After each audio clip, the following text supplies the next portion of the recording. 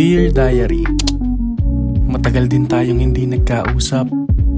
O baka mas tamang sabihin na matagal ko rin hindi nakausap ang sarili ko. Minsan, sa sobrang bilis ng mundo, nakakalimutan nating huminto at tignan kung nasa na ba tayo.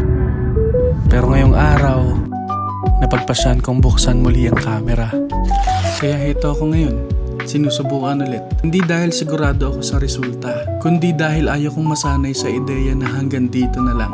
Kung nanonood ka ngayon, nararamdaman mong nakatigil ang buhay mo, baka ito na yung sign na kailangan mo. Di mo kailangan maging magaling agad. Ang kailangan mo lang ay lakas ng loob. Simulan ang una mong pahina. Tara, sabayan mo ako sa paglalakbay na to. Subukan nating lumabas sa kahon, kahit paunti-unti. Dahil sa dulo ng araw, mas masarap balikan ng mga kwentong sinubukan kaysa sa mga kwentong nanatiling plano na lang.